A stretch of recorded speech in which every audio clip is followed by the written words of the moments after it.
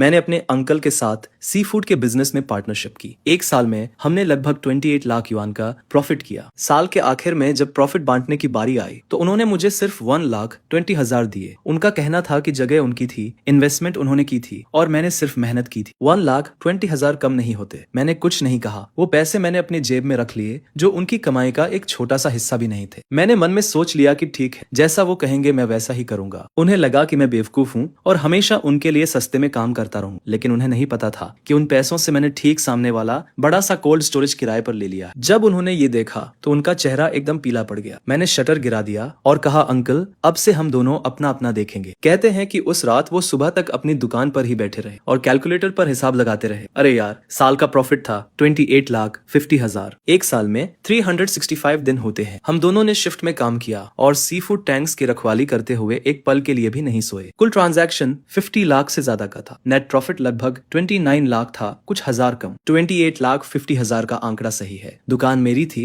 Investment मैंने की थी और बड़े होटल्स के साथ रिलेशनशिप भी मैंने ही संभाली थी। उन्होंने सिर्फ मेहनत की थी। उन्होंने मेरी तरफ देखा और फिर बोले, मुझे ऐसे मत देखो। अगर मैं किसी और हेल्पर को रखता तो ज्यादा से ज्यादा 10,000 युआन महीना देता। साथ ही मुझे उसके खाने, रहने और सोशल सिक्योरिटी का भी ध्यान रखना पड़ता। ये 1,20,000 तुम्हारी बचत है, ये कम नहीं है। वेयर एंड टेयर, डिप्रिशिएशन और कलेक्शन मैनेजमेंट को मिलाकर मैंने तो पूरे साल उन पुरानी रेफ्रिजरेशन मशीन्स को रिपेयर करने में ही 30,000 से ज्यादा खर्च कर दिए। वो सही कह रहे थे। दुकान और इन्वेस्टमेंट उनकी थी, लेकिन उन 27,30,000 में से कितने मेरी मेहनत और खून पसीने से कमाए गए थे, उन्होंने कभी ये हिसाब नहीं लगाया। मैंने कहा, ठीक है, जैसा आप कहेंगे मैं वैसा ही करूं। फिर उन्होंने कहा, चलो अब ज्यादा मत सोचो। नए साल के पहले दिन अच्छी क्वालिटी की लॉबस्टर का एक कंसाइनमेंट पोर्ट पर कम प्राइस में आएगा, वहां जल्दी पहुंच जाना। मैं घर नहीं गया। मेरे पास वो 1,20,000 युआन थे। मुझे डर था कि मेरी माँ मुझसे पूछेंगी कि मैंने अपने अंकल के साथ इस साल कितना कमाया और हमने प्रॉफिट कैसे बांटा। मेरे पास कोई जवाब नहीं था। पार्टनरशिप शुरू करते वक्त उन्होंने मुझसे कहा था, अरे हम तो फैमिली है। उसने मुझसे कहा था, हम मुनाफा बराबर बांटेंगे। जहां मैं खाऊंगा तुम भी खाओगे। न्यू ईयर से पहले उसने कहा था कि हम बराबर बांटेंगे। न्यू ईयर के बाद वो कहने लगा कि मेहनत तो सिर्फ मैंने की है। मैंने उस आंकड़े को बहुत देर तक देखा। क्या मेरी सारी मेहनत बस इतनी ही थी?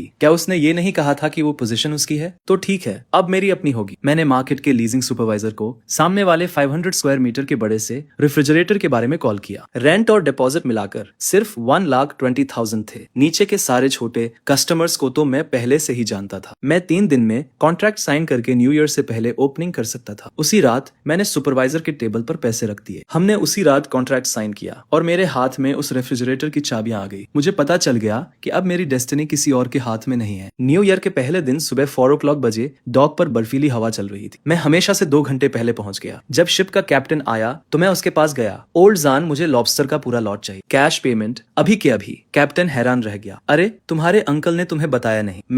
मैंने काश का बंडल निकाला और कहा, अब मैं अपना बिजनेस खुद कर रहा हूँ। मैं 5% ज्यादा प्राइस दूंगा। इंस्पेक्शन और लोडिंग मैं खुद करूंगा। आपको 1 मिनट भी वाइट नहीं करना पड़ेगा। कैप्टन ने मेरी तरफ देखा और कुछ सेकंड्स के लिए साइलेंट हो गया। जब मेरे अंकल डॉक पर पहुंचे तब तक फर्स्ट क्लास लॉबस्टर का पूरा लॉट मेरे रेफ्रिजरेटेड ट्रक में लोड हो चुका था। वो खाली डॉक पर खड़े होकर गुस्से से लाल हो रहे थे। ये सब क्या है? मैंने ट्रक का डोर बंद किया और कहा, अंकल आपने ही तो कहा था जिसकी जितनी एबिलिटी। Happy new year. मैं एक अच्छी स्टार्टिंग करना चाहता था। कार स्टार्ट हुई और रियर व्यू मिरर में मेरे अंकल की इमेज छोटी होती चली गई। मुझे पता था कि अब उनके और मेरे बीच कॉन्फ्लिक्ट पूरी तरह से सील हो चुका था। मैं लॉबस्टर्स को रेफ्रिजरेटर में ले गया और पूरी रात सॉर्टिंग करता रहा। गुड्स की क्वालिटी बहुत एक्सीलेंट थी। सबका वेट 750 ग्राम से ज्यादा था और क्लॉज भरे हुए थे। सॉर्टिंग खत्म करने के बाद मैंने मार्केट के रिटेल कस्टमर्स के ग्रुप में एक मैसेज सेंड किया। आधे घंटे से भी कम टाइम में 10 से ज्यादा लोग रेफ्रिजरेटर के सामने जमा हो गए। ये वो सारे कॉन्टैक्ट्स थे जिन्हें मैंने पूरे ईयर में कल्टीवेट किया था। मैंने जिनकी भी हेल्प की थी, मुझे वो सब परफेक्टली याद है। मैंने जैसे ही माल की जांच की, रिटेलर्स ने अपने ऑर्डर्स दिए। मैं मार्केट प्राइस पर बेच रहा था, बिना किसी एक्स्ट्रा चार्ज या होर्डिंग के। सिर्फ 2 घंटे में लॉबस्टर का पूरा स्टॉक बिक गया। मुझे 43,000 का नेट प्रॉफिट हुआ और मेरी पहली इन्वेस्टमेंट वापस मिल गई। एक्वाटिक कोल्ड स्टोरेज ऑफिशियली शुरू हो गया। सुबह 10 बजे मुझे मेरे अंकल का कॉल आया। मैंने जवाब नहीं दिया। इसके तुरंत बाद पूरे मार्केट में रूमर्स फैलने लगे कि मैंने अपने अंकल से झगड़ा कर लिया है और अपना खुद का स्टॉल खोल लिया है। मेरे अंकल ने धमकी दी कि जो कोई भी मुझसे बिजनेस करने की हिम्मत करेगा वो उनसे माल लेना भूल जाए। अपने अंकल को नाराज करके मैं इस मार्केट में कैसे सर्वाइव कर पाऊंगा। दोपहर से ही रिटेलर्स ने अपने ऑर्डर्स कैंसिल करने के लिए कॉल्स करना शुरू कर दिया। सब अर्जेंट टोन में बात कर रहे थे। कह रहे थे कि उनके घर में कुछ प्रॉब्लम है और वे फिलहाल माल नहीं खरीदेंगे। मैं समझ गया कि क्या हो रहा है। मैंने और कुछ नहीं नहीं कहा और पूरी डिपॉजिट वापस कर दी। दोपहर 3 बजे मेरे अंकल मार्केट के कुछ पुराने स्टॉल ओनर्स के साथ आए और मेरे कोल्ड स्टोरेज का एंट्रेंस ब्लॉक कर दिया। उंगली दिखाते हुए उन्होंने मुझे एहसान फरामोश कहा। उन्होंने कहा कि उन्होंने मुझे गांव से निकाला, मुझे बिजनेस करना सिखाया और मैं उन्हें गलत तरीके से पे कर रहा हूँ। लोग हमें घेरने लगे, सब ड्रामा देखने को बेताब थे। मैंने उनसे 1,20,000 युआन के बारे में बहस नहीं की। मैंने बस उनसे कामली पूछा कि वो क्या चाहते हैं। अंकल कुछ देर के लिए चुप हो गए, लेकिन आखिरकार धमकी दी कि मार्केट के शिप्स के कैप्टन और बड़े कस्टमर्स मुझसे डील करने की हिम्मत नहीं करेंगे। उन्होंने कहा कि मैं बंद होने का इंतजार करूं। वो मुड़े और चले गए। दूसरे ओनर्स भी उनके पीछे चले गए और धीरे धीरे भीड़ छट गई। फुसफुसाहटें जारी रही। मैं कोल्ड स्टोरेज के सामने खड़ा होकर उनकी पीठ को देखता रहा, बिना किसी रिएक्शन के। मैं 1 साल से इस मार्केट में स्ट्रगल कर रहा। कौन सा शिप कब डॉक करता है, किस रिटेलर को किस माल की जरूरत है, मुझे सबसे बेहतर पता है। मेरे अंकल को लगता है कि उन्होंने मेरी लाइफ कंट्रोल कर ली है, लेकिन उन्हें नहीं पता कि ट्रू रिलेशंस मेहनत से कमाए जाते हैं, वो थ्रेट से नहीं टिकते। उस रात मैंने अपना साइन बोर्ड टांग दिया, थोक एजी जलीय उत्पाद। 5 बड़े अक्षर सीधे मेरे अंकल के स्टॉल की ओर देख रहे थे। रात की रोशनी में चमकते हुए मैंने मार्केट के एंट्रेंस पर एक नोटिस भी चिपका दिया, जिसमें एक ऑपरेटर की भर्ती की जा रही थी। मुझे महीने के 12,000 का सैलरी मिलता है, जिसमें खाना, रहना और सोशल सिक्योरिटी भी शामिल है। अगर काम अच्छा रहे तो साल के अंत में बोनस भी है। अगली सुबह शाओलिन नाम का एक लड़का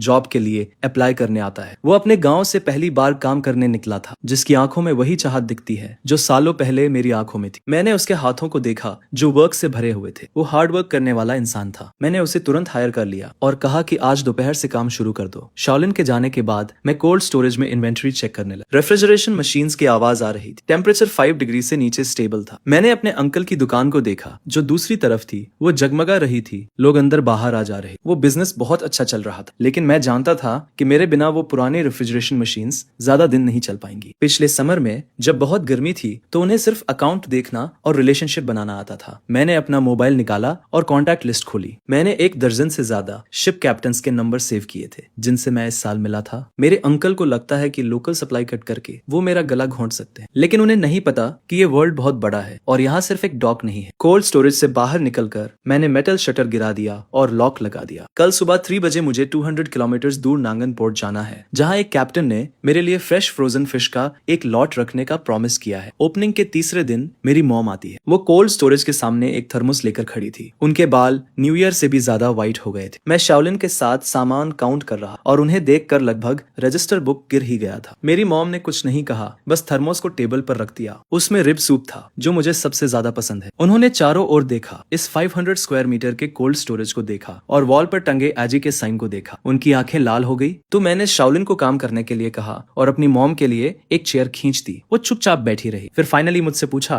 कि क्या ये सच है कि मेरा झगड़ा मेरे अंकल से हुआ है। मैंने हाँ में सिर हिलाया। इसके थोड़ी देर बाद मेरी मॉम साइक करते हुए कहती है कि कल अंकल घर आए थे। वो मेरे सामने 2 घंटे तक रोए और कहने लगे कि मैं कितना अनथॉकफुल हूँ। कहानी कुछ ऐसी शुरू होती है कि 1 साल तक मेरे साथ कड़ी मेहनत करने के बाद आखिर में मैंने उससे बिजनेस छीन लिया और उसका सारा माल ब्लॉक कर दिया। वो सबको कह रहा था कि मैं उसे बर्बाद कर रहा हूँ, जिस पर मेरी माँ मुझसे कहती है, तेरे चाचा ने मुझे तुझे समझाने के लिए कहा है कि तू कोल्ड स्टोरेज वापस उसे दे दे और उसके साथ काम करना शुरू कर दे। वो तुझे बोनस भी देगा, साल के 2 लाख देगा। ये सब सुनकर मैं कुछ नहीं कहता, बस दराज से एक फाइल निकालकर अपनी माँ को दे देता हूँ। उस फाइल में पूरे साल के मेरे काम का रिकॉर्ड था। हर खरीदारी का बिल, हर मरम्मत का बिल, हर कॉल रिकॉर्ड और फ्रिज के रख रखाव का रिकॉर्ड भी था। मैंने लाल पेन से कुछ जरूरी बातें मार्क की थी, जैसे पिछले साल जुलाई में यूनिट 3 का कंप्रेसर खराब हो गया था। तब मैं 36 घंटे लगातार उसे ठीक करता रहा और मेरा चाचा एसी वाले कमरे में बैठकर ताश खेल रहा था। फिर सितंबर में एक रेस्टोरेंट पर 1.5 लाख बाकी थे। मैं उन्हें वसूल करने के लिए आधे महीने तक भागता रहा। मेरे चाचा ने कहा कि ये तो मेरा काम है। नवंबर में सुबह 2 बजे माल आया। मैंने अकेले ही 3 टन सी फूड उतारा, जिस वजह से मेरी पीठ में 1 महीने के लिए चोट लग गई और मेरे चाचा अगले दिन सिर्फ हिसाब करने आए। मेरी माँ वो सारे रिसीट देख रही थी और उनके हाथ कांपने लगे। मैंने उनसे कहा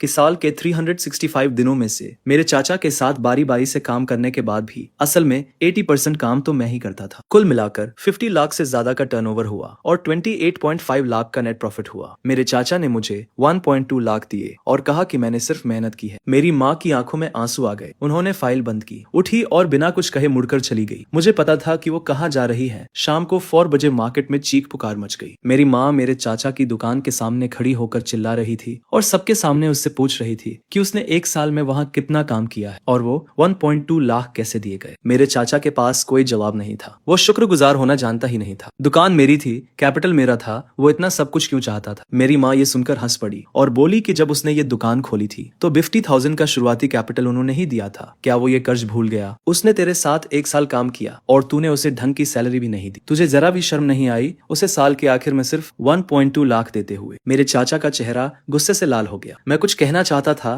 पर मुझसे एक शब्द भी नहीं निकला, जिस पर मेरी माँ मुड़ी और चली गई। मेरे कोल्ड स्टोरेज के दरवाजे से गुजरते हुए वो रुकी, मेरी तरफ देखा और उसकी आंखों में कोई शिकायत नहीं थी, सिर्फ दर्द और एक्सेप्टेंस था। वो सिर्फ 4 वर्ड्स बोली, इसे ठीक से करना। उस रात मैंने अपनी माँ को देखा कि कैसे वो मछलियों को छांटती है, कैसे सी फूड की फ्रेशनेस को जज करती है। वो बहुत सीरियसली सीख रही थी, नोट्स ले रही थी और सवाल पूछ रही थी। उसे देखकर मुझे 1 साल पहले का मैं याद आ गया। उस वक्त मैं भी ऐसा ही था। मुझे लगता था कि अगर मैं तकलीफ उठाने को तैयार हूँ तो मेरे अंकल मेरे साथ ईमानदारी से पेश आएंगे। अब मुझे समझ में आया है कि इस दुनिया में सिर्फ अपनी पोजीशन ही सबसे रिलायबल होती है। रात के 11 बजे मेरे अंकल की दुकान जो ठीक सामने थी अब भी खुली थी। मैंने ग्लास से देखा कि वो अकेले बैठे हुए हिसाब की किताब देख रहे थे और उनके पास रखा रेफ्रिजरेटर अजीब सी आवाज कर रहा था और स्क्रीन पर टेम्परेचर अनस्टेबल दिख रहा था। मैंने अपनी नजरें हटा ली और वेयरहाउस का डोर बंद कर दिया। कल एक अर्जेंट ऑर्डर है, मैं फेल नहीं हो सकता। दुकान खुलने के 5वें दिन मेरी सप्लाई काट दी गई। सुबह 4 बजे मैं हमेशा की तरह सामान लेने घाट पर गया। ओल्ड जान की नाव पहले ही आ चुकी थी, लेकिन मुझे देखकर उसने सिर हिला दिया। उसने मुझसे कहा, मुझे माफ करना, आज का सारा माल तुम्हारे अंकल ने बुक कर लिया है। प्राइस मार्केट से 20% ज्यादा है। मैं शॉक्ड रह गया। मैं दूसरे कैप्टन्स को ढूंढने के लिए मुड़ा, पर सबको पूछने के बाद जवाब वही था। मेरे अंकल ने मार्केट और दूसरे बड़े दुकानों के साथ मिलकर सारे लोकल सप्लाईज को मार्केट प्राइस से 20% ज्यादा प्राइस पर खरीद लिया था। मैं खाली घाट पर खड़ा रहा, सी फूड की नावों को जाते हुए देख रहा था और मेरे हाथ में सिगरेट जलकर खत्म हो गई। जब मैं वेयरहाउस वापस आया तो शाओलिन मेरा इंतजार कर रही थी। मुझे खाली हाथ देखकर उसके चेहरे पर चिंता दिख रही थी। मैंने उससे ज्यादा कुछ नहीं कहा, बस उसे आराम करने के लिए कहा। मैं ऑफिस में अकेला बैठ गया और अपनी कॉन्टैक्ट लिस्ट देखने लगा। अगर लोकल सप्लाई ब्लॉक हो गई है तो मैं बाहर से लाऊंगा। मुझे याद आया कि 2 महीने पहले जब मैं नए साउथ पियर पर सामान ट्रांसपोर्ट कर रहा था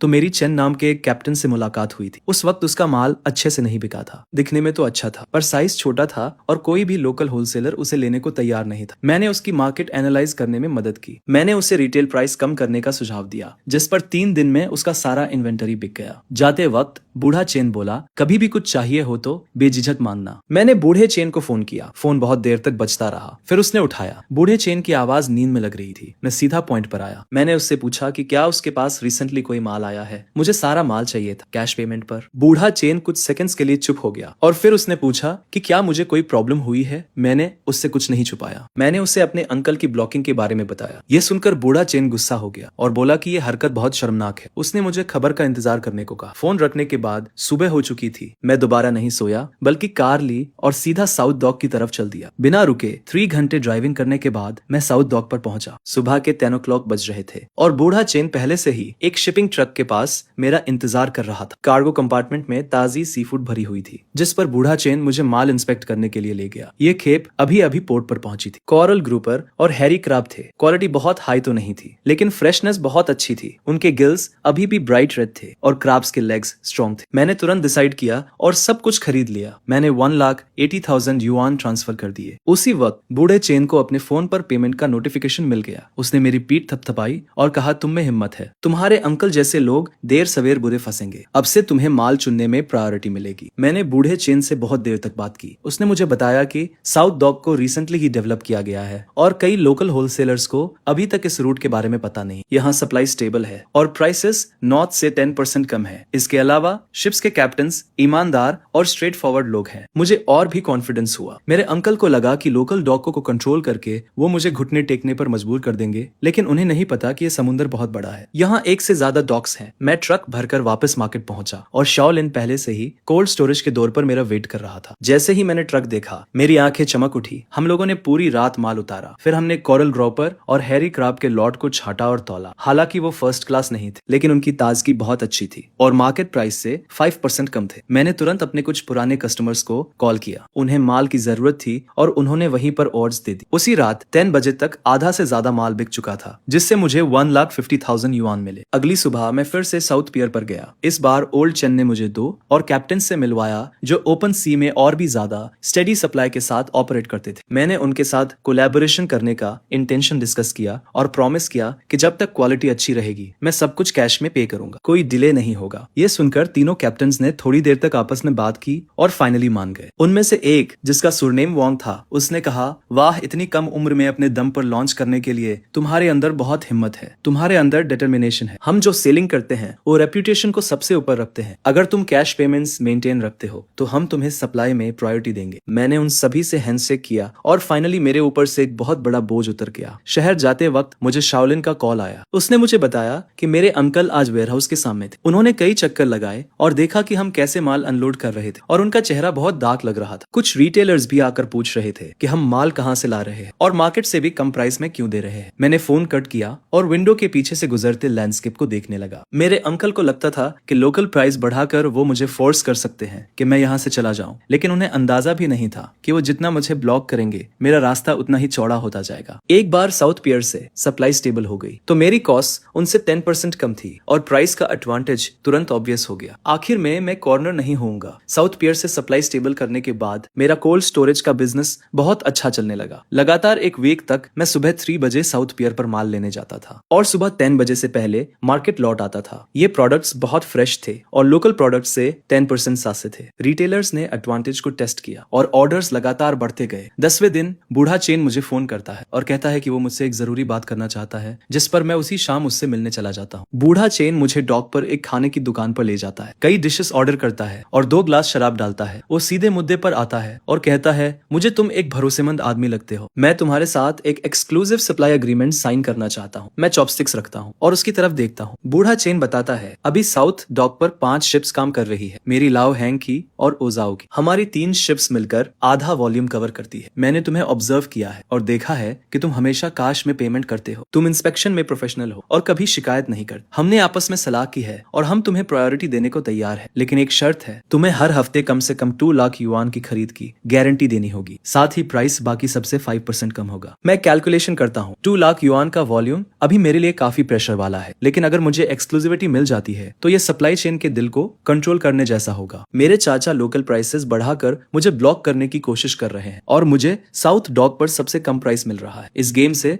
एडवांटेज तुरंत साफ हो जाएगा। मैं बूढ़े चेन से हाथ मिलाता हूँ। हम अग्रीमेंट तुरंत साइन करते हैं जिसकी ड्यूरेशन 3 महीने की है। मैं वीकली 2 लाख युआन के वॉल्यूम की गारंटी देता हूँ। वो स्टेबल सप्लाई और सबसे अच्छे पॉसिबल प्राइस की गारंटी देते हैं। अग्रीमेंट साइन करने के बाद लाओ चेन मुझे एक और बात बताता है। वो कहता है कि हाल ही में कोई अपने कॉन्टैक्ट्स का इस्तेमाल करके ये पता लगाने की कोशिश कर रहा है कि मैं अपना सामान कहाँ से लेता हूँ। वो लोग मुझसे ये लाइन छीनने के लिए बहुत ज्यादा प्राइस ऑफर कर रहे हैं। ओचनन कहता है, देखो, बिजनेस में रेपुटेशन मायने रखती है, तुम हमारे साथ लॉयल रहे हो, हम अपनी बात से मुकरने जैसा घटिया काम नहीं करेंगे, लेकिन सावधान रहें। तुम्हारे चाचा सालों से इस एरिया में काम कर रहे हैं और उनके पास कई चालें हैं। मैं सिचुएशन को समझते हुए हामी भरता हूँ। जब मैं मार्केट वापस आता हूँ तो रात के 9 बज चुके होते हैं और योलिन अभी भी कोल्ड स्टोरेज में सामान अरेंज कर रही होती है। मुझे देखकर वो तुरंत आती है और बताती है कि आज 3 और रिटेल कस्टमर्स ने ऑर्डर्स दिए और एक रेस्टोरेंट का ओनर भी है जो लॉन्ग टर्म कोलैबोरेशन के बारे में बात करना चाहता। अगली सुबह मैं उस रेस्टोरेंट में जाता हूँ। ले नाम के एक रेस्टोरेंट के ओनर हैं जिनकी उम्र 40 के आसपास है। उनके यहाँ सी फूड की खपत काफी ज्यादा है। ली मुझसे कहते हैं कि पहले वो हमेशा मेरे अंकल से ही माल खरीदते थे, जिस पर अब मछली के मरने की रेट बहुत बढ़ गई है और उन्होंने कई बार शिकायत भी की, लेकिन कोई इंप्रूवमेंट नहीं हुई। फिर मैं उन्हें कोल्ड स्टोरेज में माल दिखाने के लिए ले जाता हूँ। ले हर चीज की बहुत सावधानी से इंस्पेक्शन करते हैं, मछली के गिल्स के कलर से लेकर आंखों की क्लैरिटी तक। वो हर डिटेल को चेक करते हैं और फाइनली सिर हिलाकर कहते हैं कि माल वाकई में अच्छा है। वो मुझसे पूछते हैं कि क्या मैं स्टेबल सप्लाई की गारंटी दे सकता हूँ, जिस पर मैं उन्हें अनमतों के साथ एक्सक्लूसिव सप्लाई का अग्रीमेंट दिखाता हूँ। उसे पढ़ने के बाद ली तुरंत डिसाइड करते हैं कि अब से उनके दोनों लोकेशंस के लिए सारा सी फूड मुझसे ही खरीदा जाएगा, कम से कम 50,000 युआन वीकली। ली को विदाई देने के बाद मैं कोल्ड स्टोरेज के सामने खड़ा होकर सिगरेट जलाता हूँ, जो मेरे अंकल का है। वो किसी से बहुत ऊंची आवाज में आर्ग्यू कर रहे थे और ग्लास से दिख रहा था कि कई बॉक्सेस मरी हुई मछलियों के जमीन पर पड़े हैं। टेम्परेचर अनस्टेबल है और ज्यादातर माल खराब हो रहा है। मैं कुछ नहीं कहता, बस सामने देखता रहता हूँ। मुझे वो रेफ्रिजरेशन मशीन्स रटी हुई है। यूनिट नंबर 3 का कंप्रेसर पुराना है, हर 4 घंटे में टेम्परेचर चेक करना पड़ता है और यूनिट नंबर 2 के कंडेंसर में क्रैक है। जैसे ही समर में लोड बढ़ता है वो गैस लीक करना शुरू कर देता है। मुझे ये सारी डिफेक्ट्स पता है, इसलिए पिछले साल मैं मरी हुई मछली की रेट 3% से कम रखने में सक्सेसफुल रहा। लेकिन मेरे अंकल को ये सब समझ नहीं आता। उन्हें बस अकाउंट का हिसाब और अपनी इन्फ्लुएंस की बातें करना आता है। उन्हें इन मशीन्स की क्वर्क्स का कोई आइडिया नहीं है। मेरे बिना उनकी कंपनी एक ऐसी मशीन की तरह है जिसमें पार्ट्स मिसिंग है। देखने में लगता है कि वो अभी भी काम कर रही है, लेकिन असल में वो कोलैप्स होना शुरू हो गई। उसी रात मेरे वेयरहाउस का डेली कैश फ्लो पहली बार 1 लाख से ज्यादा हो जाता है। शाओलिन एक्साइटमेंट से अकाउंट बुक दिखाता है और कहता है, बॉस इस महीने तो हम जरूर प्रॉफिट कमाएंगे। मैं बुक में नंबर्स देखता हूँ, लेकिन मैं बहुत काम फील करता हूँ। मेरे अंकल के लिए 1 लाख का फ्लो कुछ भी नहीं है। अपने प्राइम टाइम में वो एक दिन में 3 लाख तक कमाते थे। नानमतो से सप्लाई अब स्टेबल हो चुकी है और बड़े क्लाइंट्स भी जुड़ने लगे हैं। अब टाइम है कि धीरे धीरे अपने अंकल का मार्केट शेयर खाया जाए। रात के 3 बजे सामने वाली स्टॉल की लाइट अभी भी जल रही थी। मेरे अंकल वहाँ अकेले बैठे थे, बस मरी हुई मछलियों के ढेर को घूर रहे थे। उनके बगल में रखा हुआ रेफ्रिजरेशन मशीन एक अजीब सी आवाज कर रहा था और स्क्रीन पर टेम्परेचर एकदम फ्लक्चुएट हो रहा था। मैं शटर डाउन करता हूँ, वेयरहाउस बंद करता हूँ और मुझे कल सुबह 3 बजे नानमतो में किंग क्रैब्स की कंसाइनमेंट रिसीव करनी है। एक्सक्लूसिव सप्लाई एग्रीमेंट साइन करने के 3 वीक्स बाद मेरा डेली कैश फ्लो 1,20,000 से ऊपर ही रहता है। उस दोपहर लाओ चन का मुझे अचानक कॉल आता है और उसकी टोन बहुत सीरियस थी। वो बताता है कि किसी ने नानमतो की सप्लाई खरीदने के लिए मुझसे 20% ज्यादा ऑफर किया है। वो दूसरा आदमी लाओलियू है जो पूरे फिश मार्केट में मेरे अंकल का सबसे करीबी है। मुझे अंदर से एक झटका लगता है। मुझे पता था कि अब मेरे अंकल सीरियस हो रहे हैं। लाओ चन कहता है, यार वो प्राइस सच में बहुत टेम्पटिंग है, लेकिन हमने बात कर ली है और बिजनेस में रेपुटेशन बहुत इंपॉर्टेंट होती है। अभी तो अग्रीमेंट को 3 वीक्स ही हुए हैं। हम ऐसे अचानक अपना डिसीजन नहीं बदल सकते। मैं तुम्हें बस वार्न करने के लिए कॉल कर रहा हूँ कि इस बार तुम्हारे अंकल पूरी तरह से सीरियस हैं। मैं लाओ चन को थैंक्स कहता हूँ और उसी रात नानमतो ड्राइव करके चला जाता हूँ। वहाँ तीनों कैप्टन मौजूद थे। मैं उन्हें डिनर पर इन्वाइट करता हूँ और खाना खाते वक्त मैं प्राइस इंक्रीज के बारे में कुछ भी मेंशन नहीं करता। हम बस इस बारे में बात करते हैं कि फिशिंग कितनी हार्ड जॉब है और मार्केट कैसा चल रहा है। लाओ वान बताता है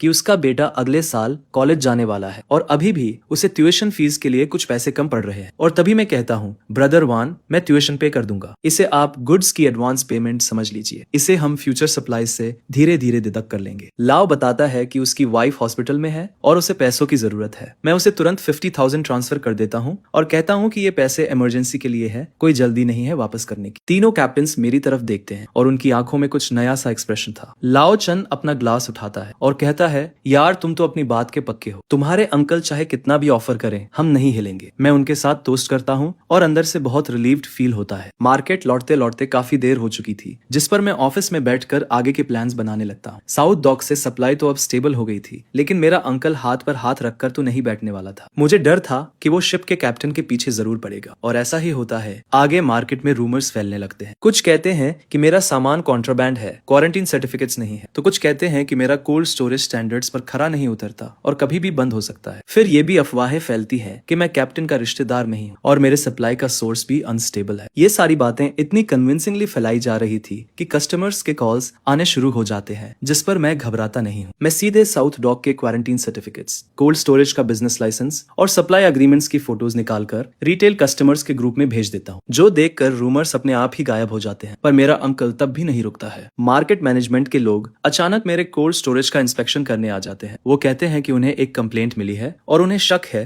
कि रेफ्रिजरेशन इक्विपमेंट स्टैंडर्ड्स के हिसाब से नहीं है, इसलिए वो इंस्पेक्शन के लिए ऑपरेशंस बंद करने की डिमांड करते हैं। आगे मैं कोल्ड स्टोरेज खोलने से पहले ही प्रिपेयर्ड था। सारे इक्विपमेंट हाईएस्ट स्टैंडर्ड्स के हिसाब से सेट किए गए थे, चाहे वो क्वारंटीन हो, फायर सेफ्टी हो या एनवायरमेंटल प्रोटेक्शन हो। सारे सर्टिफिकेट्स ऑर्डर में थे। इंस्पेक्टर 2 घंटे तक चेक करता है, पर उसे कोई गलती नहीं मिलती और आखिर में वो खाली हाथ चला जाता है। उसे विदाई करने के बाद शाओलिन धीरे से कहती है, बॉस, किसी ने देखा कि आपके अंकल ने ही एडमिनिस्ट्रेशन में कंप्लेंट की थी। मैं सिर हिलाता हूँ। मुझे तो पहले से ही इन टैक्टिक्स का अंदाजा था। उस शाम मेरे कोल्ड स्टोरेज का डेली फ्लो 1,50,000 से ऊपर चला जाता है, जो मेरे अंकल के बिजनेस को ऑफिशियली पीछे छोड़ देता है और ये खबर पूरे मार्केट में तेजी से फैल जाती है। हर कोई कमेंट करता है कि मैं सच में जीत गया। शाम होते होते मेरे अंकल के स्टॉल के सामने क्रेडिटर्स का एक ग्रुप इकट्ठा हो जाता है, जो उनसे पेमेंट की डिमांड कर रहे थे। इस दौरान मेरी सप्लाई को ब्लॉक करने के लिए मेरे अंकल ने लोकल डॉक पर ऊंचे दामों पर माल जमा करना शुरू कर दिया और कॉस्ट बढ़ाने के लिए दूसरे स्टॉल्स के साथ मिल गया, जिससे उसकी कैपिटल चेन टाइट होने लगती है। मछलियों की मोर्टेलिटी रेट हाई बनी रहती है और वो बहुत सारे कस्टमर्स खो देता है। हालात और भी मुश्किल होते जा रहे थे। शाओलिन ने मुझसे कहा, आज फिर तुम्हारे अंकल की कूलिंग मशीन नंबर 3 खराब हो गई। एक पूरा क्राट किंग क्रैब्स मर गए। कम से कम 80,000 का नुकसान हुआ है। मुझे वो कूलिंग मशीन नंबर 3 अच्छी तरह से याद है। पिछली गर्मियों में जब वो पहली बार खराब हुई थी, मैं लगातार 36 घंटे जगा रहा था उसे ठीक करने के लिए। उसका हर एक पार्ट, उसकी हर सनक मुझे पता है, लेकिन अब वो मेरी जिम्मेदारी नहीं है। रात होते ही बॉस ने मुझे कॉल किया और कहा कि उसका एक दोस्त भी मुझसे सामान खरीदना चाहता है। वो शहर में एक और रेस्टोरेंट चेन का मालिक है। हर हफ्ते कम से कम 70,000 का ऑर्डर देगा। मैंने अगले दिन उससे मिलने के लिए हाँ कर दी। कॉल काटने के बाद मैं कोल्ड स्टोरेज के सामने खड़ा हो गया। सामने वाली स्टॉल की लाइट्स अभी भी जल रही थी। शीशे से मैं अपने अंकल को देख सकता था। वो वो वहाँ अकेले बैठे हुए थे, उनके सामने बिल्स का ढेर लगा हुआ था। ऐसा लग रहा था जैसे उनके बाल और भी ज्यादा सफेद हो गए। उनका फिगर अजीब तरह से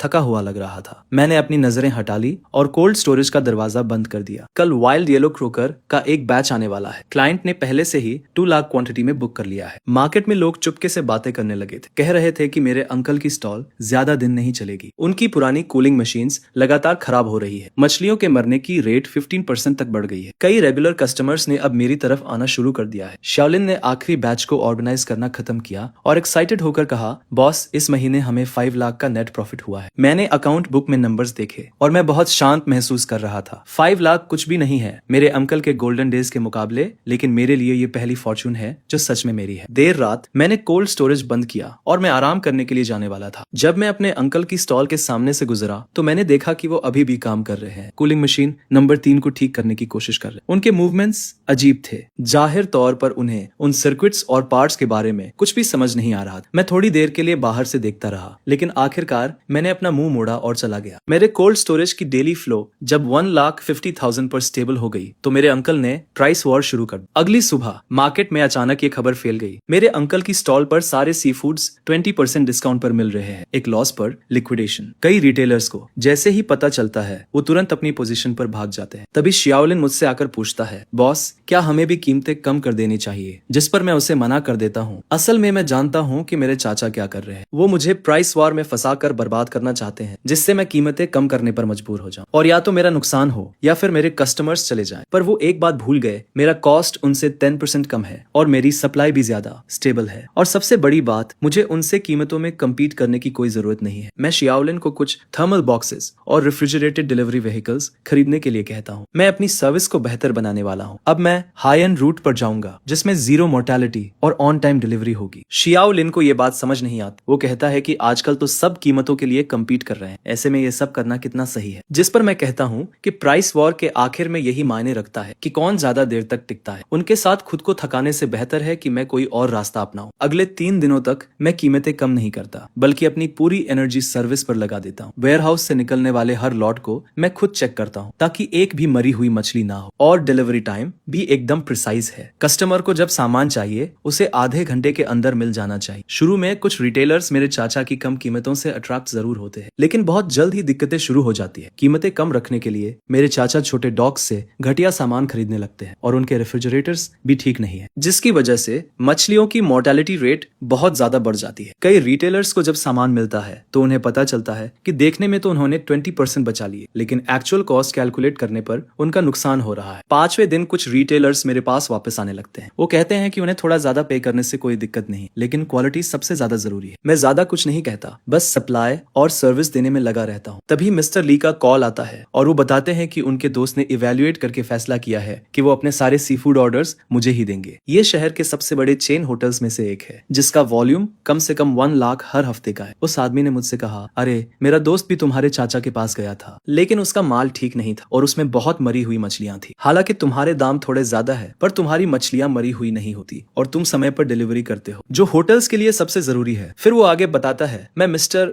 ली के दोस्त से मिला और हमने कोऑपरेशन एग्रीमेंट साइन किया। अगले हफ्ते से हर हफ्ते 1 लाख का ऑर्डर आएगा जो मेरे कोल्ड स्टोरेज से होकर जाएगा। एग्रीमेंट साइन करने के बाद मैं शाम को मार्केट लौटा तो देखता हूँ कि मेरे चाचा के स्टॉल के सामने रिटर्न्स के कई बॉक्सेस रखे हुए हैं, जिस पर कुछ रिटेलर्स उनसे बहस कर रहे थे। मेरे चाचा का चेहरा गुस्से से लाल था और उनकी आवाज भी भारी हो गई थी। शाओलिन ने मुझसे कहा, तुम्हारे चाचा को इन 2 दिनों में बहुत सारे रिटर्न्स आए हैं। ऐसा सुनने में आ रहा है कि उन्होंने सिर्फ कॉम्पेंसेशन में ही 1 लाख से ज्यादा दे दिए हैं। मैं अपने कोल्ड स्टोरेज के दरवाजे पर खड़ा होकर सामने का नजारा देख रहा था। मेरे चाचा की प्राइस वॉर 10 दिन भी नहीं चली और वो कोलैप्स होने लगे। उनकी वर्किंग कैपिटल पहले से ही टाइट थी और अब नुकसान में बेचने और रिटर्न्स के लिए कॉम्पेंसेशन देने की वजह से वो इसे संभाल नहीं पाए। सबसे बुरी बात तो ये हुई कि उन्होंने दाम कम करने के लिए जो सस्ता माल खरीदा उसने उनकी रेप्यूटेशन पूरी तरह से बर्बाद कर दी। बहुत से पुराने कस्टमर्स का उन पर से भरोसा उठ गया और वो मेरे पास आने लगे। उसी रात मेरे कोल्ड स्टोरेज का डेली फ्लो 2 लाख से ज्यादा हो गया और शाओलिन ने मुझे एक्साइटमेंट में अकाउंट बुक दिखाई जिसमें लिखा था कि इस महीने का नेट प्रॉफिट 8 लाख से ज्यादा होगा। मैंने बुक में नंबर्स देखे और मुझे बहुत सुकून मिला।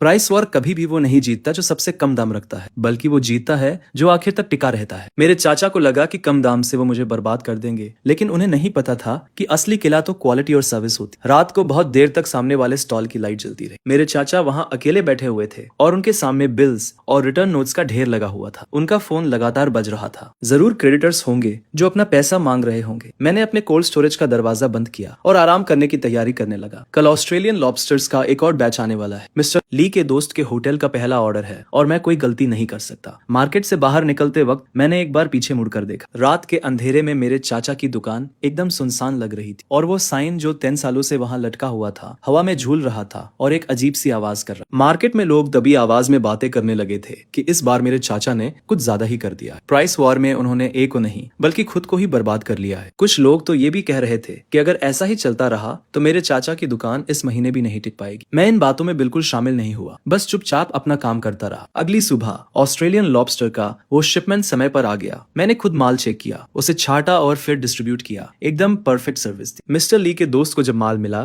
तो उसने तुरंत अपना ऑर्डर 50% और बढ़ा दिया। वो प्राइस वॉर तो पहले ही हार चुका था। वॉर खत्म होने के 3 दिन बाद मार्केट में एक बड़ी खबर आई। शहर का सबसे बड़ा बायर जिन दिन होटल का मिस्टर जान अपने बेटे की शादी का बैंक्वेट रखने वाला था, उसने 300 टेबल्स बुक की थी और सी फूड की डिमांड बहुत ज्यादा थी। जो कोई भी ये ऑर्डर हासिल कर लेता उसका मार्केट में टिकना लगभग तय था। मिस्टर जान का होटल 20 सालों से चल रहा है और हमेशा से हाई लेवल बैंक्वेट्स के लिए फर्स्ट चॉइस रहा है। इतने सालों से वो सी फूड मेरे चाचा से ही खरीदते थे। उनके बीच बहुत अच्छी रिलेशनशिप थी। शादी सैटरडे को थी और उन्होंने 3 दिन पहले से ही माल की तैयारी शुरू कर दी थी। मेरे चाचा ने इस बिजनेस के लिए अपनी लगभग सारी कैपिटल लगा दी थी। कई डॉक्स से माल मंगवाया था ताकि इस मौके का फायदा उठा सके और रिकवर कर सके। फ्राइडे की शाम को अचानक मार्केट में खबर फैल गई कि जिन दिन होटल में कुछ गड़बड़ हो गई। शाओलिन भागता हुआ आया और बोला, तुम्हारे चाचा ने जो सी फूड सप्लाई किया है उसमें बहुत बड़ी प्रॉब्लम हो गई। आधे किंग क्रैब मर गए हैं और ऑस्ट्रेलियन लॉबस्टर भी फ्रेश नहीं है। मिस्टर जान होटल में बहुत गुस्सा हो रहे हैं। वो तुम्हारे चाचा से तुरंत माल रिप्लेस करने के लिए कह रहे हैं, वरना वो डील कैंसिल कर देंगे। मैं अपने कोल्ड स्टोरेज के सामने खड़ा था और दूर से देख रहा था कि मेरे चाचा की दुकान में सब कुछ अस्त व्यस्त हो गया है। वो माल ढूंढने के लिए फोन कर रहे थे, लेकिन फ्राइडे की शाम थी। बैंक्वेट कल दोपहर को शुरू होने वाला था। कहीं से भी माल लाना पॉसिबल नहीं था। लोकल डॉग्स की बात करें तो मैंने पहले ही अग्रेसिव शॉपिंग करके सबको ऑफेंड कर दिया था। अब कोई मुझे बेचना नहीं चाहता। शाम के 6 बजे ओनर जान खुद मार्केट आते हैं। वो लगभग 50 साल के हैं और आमतौर पर बहुत ही एमिएबल है, लेकिन इस बार उनका चेहरा गुस्से से लाल था। वो मेरे अंकल के स्टॉल के सामने खड़े होकर तेज आवाज में कहते हैं कि उन्होंने इतने सालों के कोऑपरेशन के बाद उन पर ट्रस्ट किया था, लेकिन उन्होंने इस बार कैसी मर्चेंडाइज दी है। 300 वेडिंग बैंक्वेट है और गेस्ट बहुत इंपॉर्टेंट लोग हैं। वो कहते हैं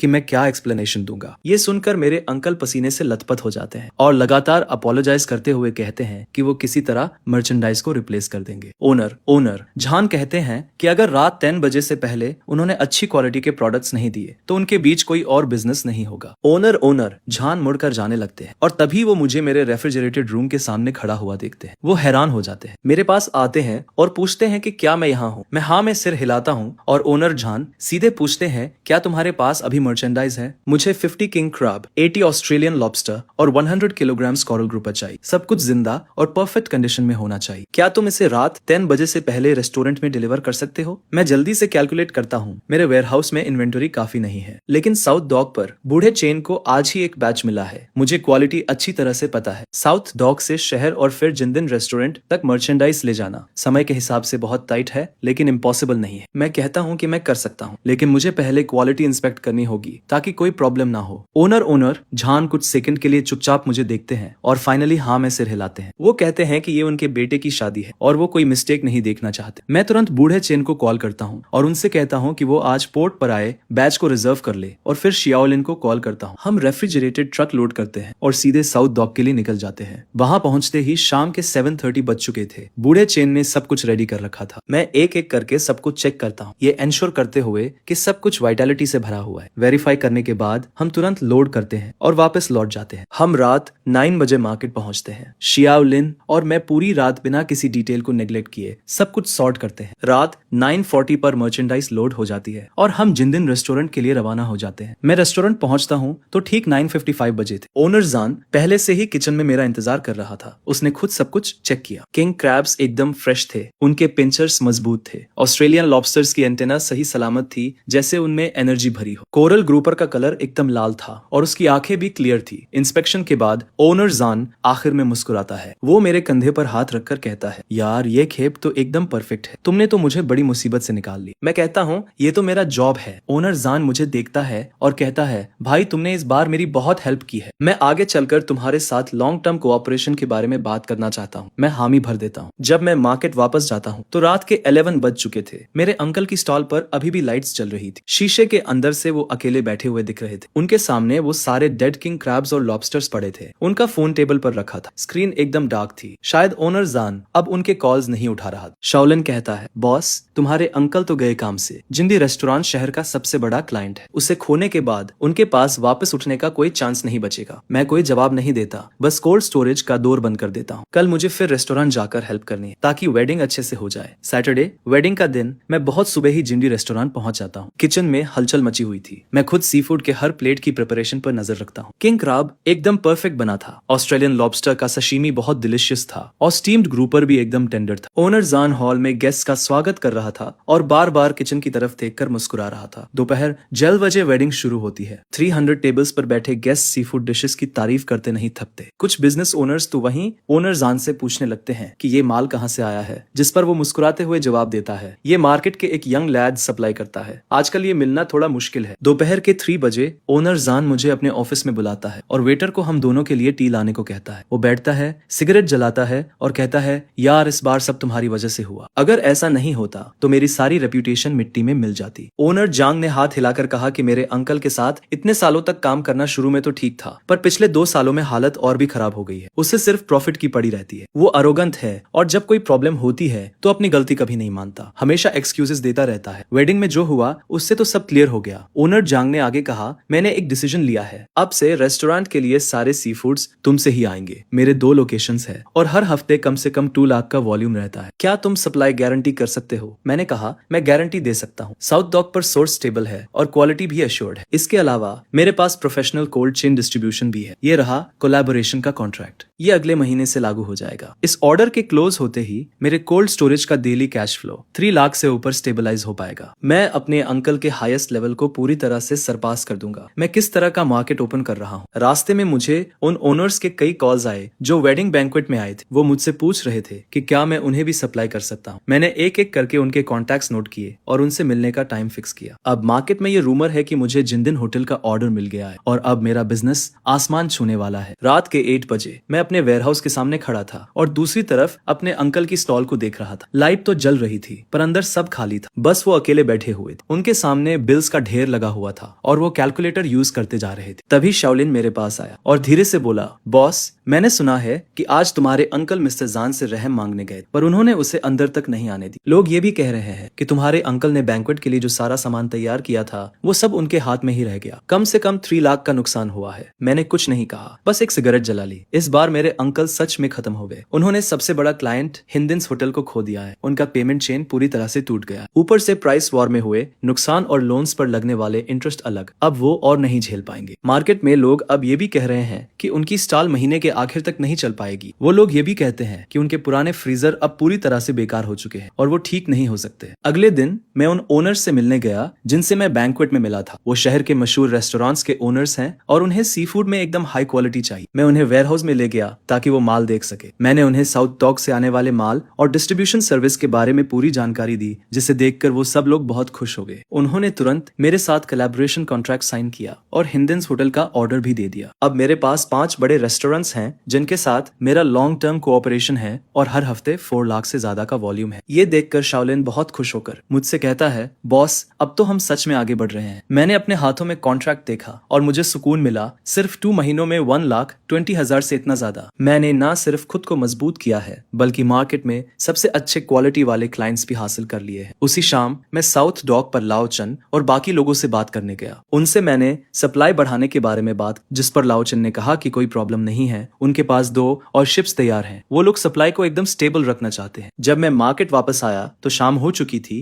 तभी मुझे मेरे चाचा का स्टॉल दिखा। वहाँ कुछ लोग खड़े थे जो उनसे अपने पैसे मांग रहे थे और वो लोग बहुत चिल्ला रहे थे। मेरे चाचा वहाँ खड़े थे। उनके बाल बिखरे हुए थे और उनका चेहरा पीला पड़ गया था। ऐसा लग रहा था जैसे वो 10 साल बूढ़े हो गए हो। शाओलिन ने मुझसे कहा, बॉस मैंने सुना है कि तुम्हारे चाचा आज बैंक में लोन लेने गए थे पर उन्होंने मना कर दिया। अब उन पर 10 लाख से ज्यादा का कर्ज है और वो उसे चुका नहीं पाएंगे। मैंने कुछ नहीं कहा। मैं सीधा वेयरहाउस चला गया और अपना काम करने लगा। कल एक और ऑर्डर पूरा करना है और हम पीछे नहीं रह सकते। हिंदिन्स होटल का ऑर्डर मिलने के बाद मेरे वेयरहाउस का हर दिन का फ्लो 3 लाख से ज्यादा हो गया। लेकिन मुझे पता था कि सिर्फ कुछ बड़े रेस्टोरेंट से काम नहीं चलेगा। मार्केट के जो रिटेलर्स हैं वो हमारी जड़ें हैं और जब तक मैं उन सबको साथ बात नहीं लूंगा तब तक मैं इस मार्केट को सही से कंट्रोल नहीं कर पाऊंगा। उसी शाम मैंने मार्केट के करीब 12 रिटेलर्स को इकट्ठा किया। ये वो रिटेलर्स हैं जिनके साथ मेरे अच्छे संबंध, ये वो लोग हैं जिनके साथ मैंने पिछले 6 महीनों से काम किया है। मैंने कुछ लोगों को पैसे देकर मदद की है और कुछ लोगों को सामान दिलाने में मदद की है। मैंने उन्हें खाना परोसा और सीधे अपने आइडिया के बारे में बता दिया। मैंने उनसे कहा कि कंपटीशन बहुत फियर्स है और अकेले काम करके सरवाइव करना मुश्किल है। मैं अपने कोल्ड स्टोरेज पर ध्यान केंद्रित करते हुए एक सप्लाई अलायंस बनाना चाहता हूँ ताकि सोर्सिंग, प्राइस और डिस्ट्रीब्यूशन को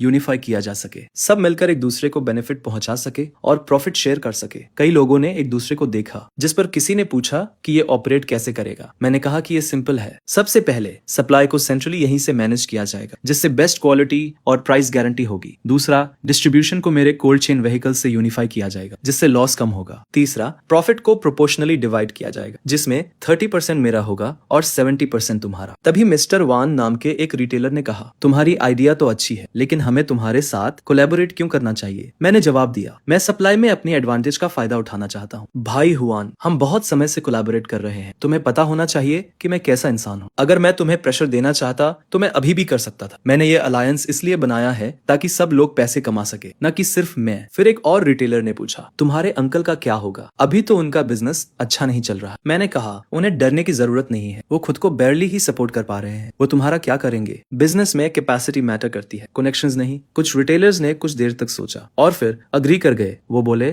तुम एक फेयर इंसान हो, हमें तुम पर ट्रस्ट है। उसी रात मैंने 13 रिटेलर्स के साथ अलायंस एग्रीमेंट साइन किया। अगले वीक से उनकी सारी सप्लाईज मुझसे ही आएगी। डिस्ट्रीब्यूशन भी मेरे कोल्ड स्टोरेज ट्रक से ही होगा। मैंने गारंटी दी कि स्टेबल सप्लाई, बेस्ट प्राइस और जीरो लॉस होगा। शाओलिन एक्साइटमेंट से बोला, बॉस, इससे तो हमने मार्केट को इंटीग्रेट कर लिया है। एक बार बाइंग और सेलिंग अलायंस काम करना शुरू कर दे तो मेरा सप्लाई और कमर्शियल आउटलेट पर पूरा कंट्रोल हो। इससे मेरे अंकल का मार्केट शेयर और भी कम हो जाएगा, जिससे उनकी सिचुएशन और भी मुश्किल हो जाएगी। अलायंस ऑफिशियली ऑपरेट करना शुरू कर देता है। मैं साउथ डॉक से बहुत सारा माल लेकर आता हूँ। मैंने वो सारा माल अलायंस के मेंबर्स में डिस्ट्रीब्यूट कर दिया और डिलीवरी ट्रक्स भी बिल्कुल टाइम पर पहुंच गए। हर एक खेप बिना नुकसान के पहुंची, जिसे देखकर रिटेलर्स ने थम्स अप किया और कहा कि आय के साथ काम करना अलग ही एक्सपीरियंस है। जल्दी ही ये बात पूरे मार्केट में फैल गई कि आई ने एक बाइंग और सेलिंग अलायंस बना लिया। 1 डजन से ज्यादा रिटेलर्स उस अलायंस में शामिल हो गए। सब एक दूसरे को सपोर्ट कर रहे थे और बिजनेस भी पहले से बेहतर होता जा रहा। ये खबर सुनकर मेरे अंकल का चेहरा और भी उतर गया। मार्केट में उनका शेयर मेरी वजह से पहले ही कम हो गया था, जिस पर अब रिटेलर्स के साथ मिलकर मैंने उनकी रही सही कॉम्पिटिटिवनेस भी खत्म कर दी। तभी मेरे बगल में खड़े एक आदमी ने मेरे अंकल से कहा, अब हम आई के साथ काम करते हैं, सप्लाई भी स्टेबल है और प्राइसेस भी फेयर हैं। हम वापस तुम्हारे पास क्यों आए? मैंने कुछ नहीं कहा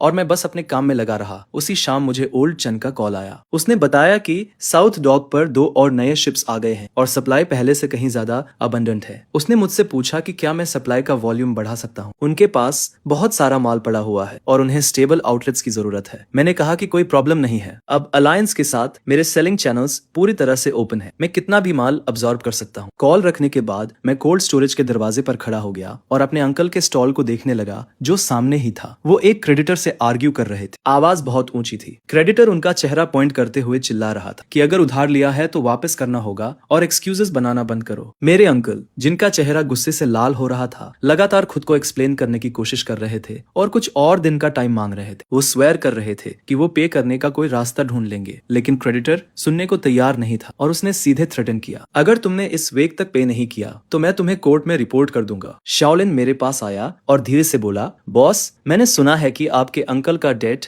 1.5 मिलियन युआन से भी ज्यादा हो गया है। अगर वो अपनी प्रॉपर्टी मॉर्गेज भी कर दे तो भी पे करने के लिए पर्याप्त नहीं हो। वो सच में एक डेड एंड पर है। मैं चेंबर के दरवाजे पर खड़ा होकर पूरे मार्केट को देख रहा था, जो पूरी तरह से जगमगा रहा था। लोग इधर उधर आ जा रहे थे और मंजर काफी बिजी था। वहीं मेरे सामने मेरे अंकल का स्टॉल अजीब तरह से खाली पड़ा था। शाओलिन ने मुझसे कहा, बॉस, अब तो मार्केट में सब यही कह रहे हैं कि आप ही इस जगह के असली बॉस हो। आपके अंकल का दौर अब खत्म हो गया। मैंने कोई जवाब नहीं दिया, बस कोल्ड स्टोरेज का दरवाजा बंद कर दिया। कल एक और खेप किंग क्रैब्स की आ रही है। अलायंस के मेंबर्स ने पहले ही 5 लाख युआन के ऑर्डर्स बुक कर दिए हैं। ये मार्केट अब मेरा है। बाइंग और सेलिंग अलायंस 2 हफ्तों से चल रही थी और सब कुछ स्मूथली चल रहा था। कोल्ड स्टोरेज में मेरा daily cash flow 4 lakh yuan से ऊपर स्टेबल था और मेरा मार्केट शेयर 60% तक पहुंच गया था। उस दोपहर मैं कोल्ड स्टोरेज में इन्वेंटरी कर रहा था। तभी अचानक ओल्ड चेन का फोन आया और उसकी आवाज अर्जेंट लग रही थी। उसने बताया कि मौसम विभाग ने टाइफून का अलर्ट जारी किया है। एक सुपर टाइफून 3 दिनों में जमीन से टकराएगा और समुद्र में मौजूद सभी जहाजों को शेल्टर के लिए पोर्ट पर वापस आना होगा। इसका मतलब था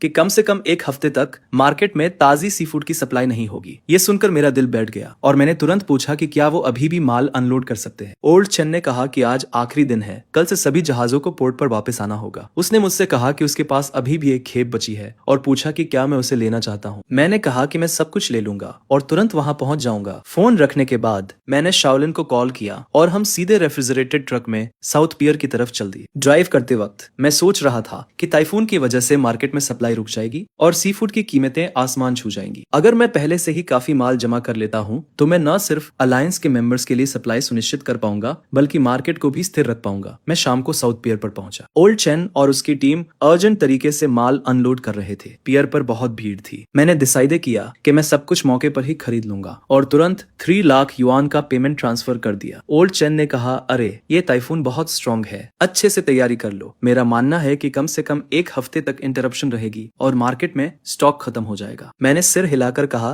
कि सब कुछ कंट्रोल में है, मैं रात में ही सारा माल वापस मार्केट ले जाता हूँ। जब हम सब कुछ खत्म करते हैं तब रात के 11 बज चुके थे। शाओलिन और मैं सॉर्टिंग, पैकिंग और स्टोरेज करने लगते हैं। मैं कोल्ड स्टोरेज के बैकअप जनरेटर को अच्छी तरह से चेक करता हूँ ताकि तूफान के दौरान पावर कट ना हो जाए। अगली सुबह पूरे मार्केट में तूफान की अफवाहें फैलने लगती है। बहुत सारे स्टॉल ओनर्स अर्जेंट स्टॉक जमा करने की कोशिश कर रहे थे, लेकिन ज्यादातर शिप्स पहले ही पोर्ट पर वापस आ चुके थे, जिस वजह से कुछ भी खरीद पाना इम्पॉसिबल था। शाओलिन मुझसे कहता है, बॉस, मार्केट में हर कोई सामान पाने के लिए डेस्परेट है और प्राइसेस पहले ही 30% तक बढ़ चुके हैं। मैं उसे जवाब देता हूँ, चिंता मत करो, पहले अलायंस मेंबर्स के लिए सप्लाई सिक्योर करते हैं और फिर देखते हैं कि सरप्लस का क्या करना है। मैं अलायंस के मेंबर्स को एक मीटिंग के लिए बुलाता हूँ। मैं उनसे कहता हूँ कि तूफान आने वाला है और मार्केट में कम से कम एक हफ्ते तक सप्लाईज खत्म हो जाएंगी, लेकिन मैंने पहले से ही पर्याप्त स्टोरेज कर लिया है जिससे उनकी सप्लाईज अफेक्टेड नहीं होंगी और प्राइसेस भी नहीं बढ़ेंगे। कई छोटे ट्रेडर्स राहत की सांस लेते हैं। वो कहते हैं, वहां तुम्हारी दूरदर्शिता तो कमाल की है, वरना हम सबको तो बंद ही करना पड़ता। मीटिंग के बाद दूसरे स्टॉल ओनर्स भी मुझे ढूंढने लगते हैं और ऊंचे प्राइसेस पर सामान खरीदना चाहते हैं, लेकिन मैं उन सभी को ये कहकर रिजेक्ट कर देता हूँ कि प्रायोरिटी अलायंस मेंबर्स की है। दोपहर में मुझे पता चलता है कि मेरे अंकल भी सामान जमा कर रहे हैं। शाओलिन मुझे बताता है कि मेरे अंकल ने हाई इंटरेस्ट लोन लिया है और छोटे पोर्ट्स पर हाई प्राइसेस पर बड़ी मात्रा में सामान खरीदा है, इस उम्मीद में कि वो तूफान के दौरान एक बड़ी फॉर्च्यून कमाएंगे और रिकवर कर लेंगे। ये सुनकर मेरा दिल डूब जाता है। मेरे अंकल सब कुछ एक ही चाल में दांव पर लगा रहे थे, लेकिन उनकी पुरानी रेफ्रिजरेशन मशीन्स इतनी बड़ी मात्रा में लोड सहन नहीं कर पाएंगी। अगर कुछ गलत हो गया तो लॉसेस बहुत ज्यादा होंगे। शाम को मैं स्पेशली मेरे अंकल के स्टॉल पर जाता हूँ। वो अपने वर्कर्स को सामान कोल्ड स्टोरेज में ले जाने के लिए डायरेक्शन दे रहे थे और उनके चेहरे पर एक अजीब सी स्माइल थी। उनकी रेफ्रिजरेशन मशीन्स पूरी कैपेसिटी से चल रही थी और एक बहरा कर देने वाला शोर निकल रहा था। मैं उन पुरानी मशीनों के सामने खड़ा था, एक अजीब सी आशंका के साथ। तभी शाओलिन मेरे पास आता है और धीरे से कहता है, बॉस, आपके अंकल ने जो माल जमा किया है वो कम से कम 5 लाख का तो होगा ही। क्या आपकी ये पुरानी मशीन्स इसे संभाल पाएंगी? मैं बिना कुछ कहे अपना सिर हिला देता हूँ। उस रात मैं फिर से अपने कोल्ड स्टोरेज के सारे इक्विपमेंट चेक करता हूँ। रेफ्रिजरेटर्स नॉर्मली काम कर रहे थे और टेम्परेचर 5 डिग्री सेल्सियस नीचे स्टेबल था। जनरेटर के सारे टेस्ट भी एक्टिवेट करने के लिए रेडी थे। मैंने कुछ छोटे जनरेटर्स भी तैयार रखे थे। इसके बाद रात के 12 बजे वेयरहाउस के दरवाजे के सामने खड़े होकर मैं आसमान की ओर देखता हूँ। काले बादल इकट्ठा होने लगते हैं और हवा तेज हो जाती है। वेदर फोरकास्ट में बताया गया था कि टाइफून अगले दिन सुबह तक लान से टकराएगा, जिसकी विंड स्पीड 14 ग्रेड तक होगी। मेरे अंकल का स्टॉल मेरे स्टॉल के सामने था, जहाँ अभी भी रोशनी थी। ग्लास से मैं उन्हें अकेला अपने माल के सामने बैठा हुआ देख सकता था। उनके चेहरे पर एक उम्मीद भरी स्माइल थी। उन्हें लग रहा था कि ये टाइफून उनके दोबारा उठने का मौका है, पर उन्हें क्या पता था कि यही उनकी बर्बादी का कारण बन सकता है। अगले दिन टाइफून और करीब आ गया। आसमान एकदम ग्रे था। हवा की स्पीड 8 ग्रेड तक पहुंच चुकी थी और मार्केट के कई स्टॉल्स जल्दी बंद होने लगे थे। तूफान से निपटने की तैयारी करते हुए मैंने शाओलिन को सारे इक्विपमेंट दोबारा चेक करने को कहा ताकि कोई प्रॉब्लम ना हो। अलायंस के मेंबर्स भी टाइफून के बाद काम करने के लिए तैयार थे। फिर शाम को 4 बजे मुझे ओल्ड चेन का फोन आता है। वो कहता है कि टाइफून उम्मीद से ज्यादा स्ट्रॉन्ग है और मुझे बहुत ध्यान रखने की जरूरत है। उनके सारे शिप्स वापस पोर्ट पर आ गए थे और डॉक खाली कर दिया गया था। मैं जवाब देता हूँ, आप चिंता मत करो, मैं पूरी तरह से तैयार हूँ। फोन रखने के बाद मैं कोल्ड स्टोरेज के सामने खड़ा हो जाता हूँ। आसमान को अंधेरा होते हुए देखता हूँ। हवा और तेज हो जाती है और बारिश की कुछ बूंदें गिरने लगती है। मेरे अंकल के स्टॉल में वो अभी भी काम कर रहे थे, लेकिन मैंने देखा कि उनके रेफ्रिजरेटर नंबर 3 की स्क्रीन फ्लिकर कर रही है और टेम्परेचर अनस्टेबल हो रहा है। मुझे एक झटका लगता है। मैं उस मशीन को बहुत अच्छे से जानता था। यह खराब होने का साइन था। टाइफून फाइनली लैंड से टकरा गया और बारिश के साथ तेज हवा शहर में तबाही मचाने लगती है। शहर में लगे सारे एडवर्टाइजिंग पोस्टर्स फट चुके थे, पेड़ बीच से टूट गए थे और मार्केट में अंधेरा छा गया था। सिर्फ कुछ दुकानों की इमरजेंसी लाइट्स ही जल रही थी। हम सब बस इधर उधर देख रहे थे।